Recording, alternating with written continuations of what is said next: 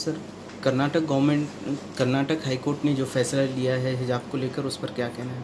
देखिए, बहुत ही अफसोसनाक बात है कि कर्नाटक हाई कोर्ट ने ये फ़ैसला सुनाया है।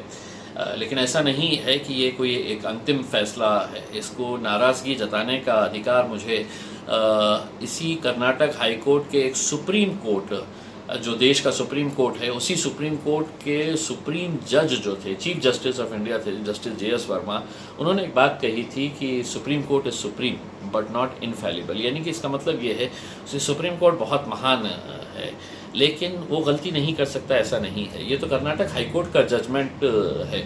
हम ये समझ रहे हैं कि आज इस मुल्क के अंदर एक ऐसा माहौल तैयार किया गया है कि अगर कोई बच्ची स्कूल या कॉलेज के अंदर हिजाब पहनकर आ रही है तो वो हिजाब नहीं है बल्कि कोई बम लेकर आ रही है और वो बम फोड़ने वाली है करके इस तरह से प्रोजेक्ट किया गया है। उसको इस तरह से धर्म के चश्मे से और कम्युनल नज़र से है तो देखा गया, पॉलिटिकल के ऊपर है तो रोटियां सेकने की कोशिश की गई, जो बहुत ही दुर्भाग्यपूर्ण बात है।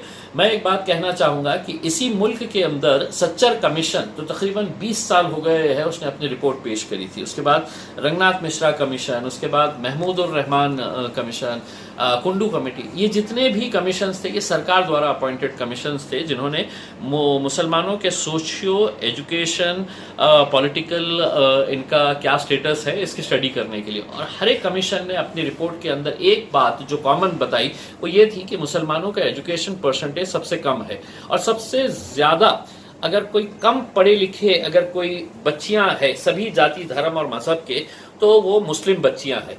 और ऐसे में हमने मुस्लिम बच्चियों को जब एनकरेज कर रहे हैं, हम उनको प्रोत्साहित कर रहे हैं कि जाओ स्कूल के अंदर जाओ, कॉलेजेस के अंदर जाओ, पढ़ो, क्योंकि तुम पढ़ेंगे तो देश बढ़ेगा।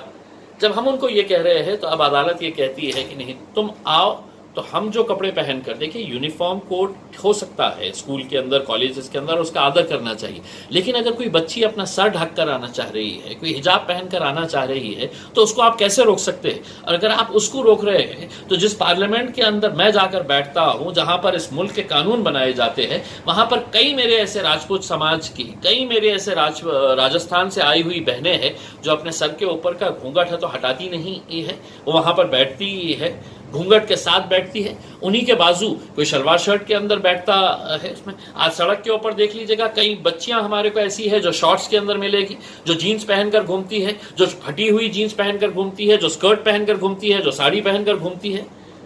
क्या उनके धर्म में लिखा हुआ है कि तुम शॉर्ट्स पहन के जाओ? क्या उनके धर्म में लिखा हुआ है तुम फटी हुई जीन्स पहन के जाओ, स्कर्ट पहन के जाओ? किसी के धर्म के अंदर नहीं है।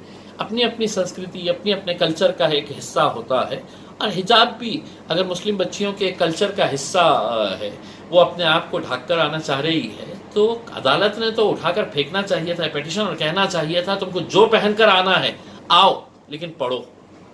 ये ना करते हुए हाई कोर्ट ने तो उन लुच्चे लफंगे जो उन बच्चियों को हैरान कर रहे थे, परेशान कर रहे थे, मानो उनको समर्थन किया है एक तरीके से कि तुम जो कर रहे थे वो सही है, अब इसके ऊपर बैन लगाया जाए।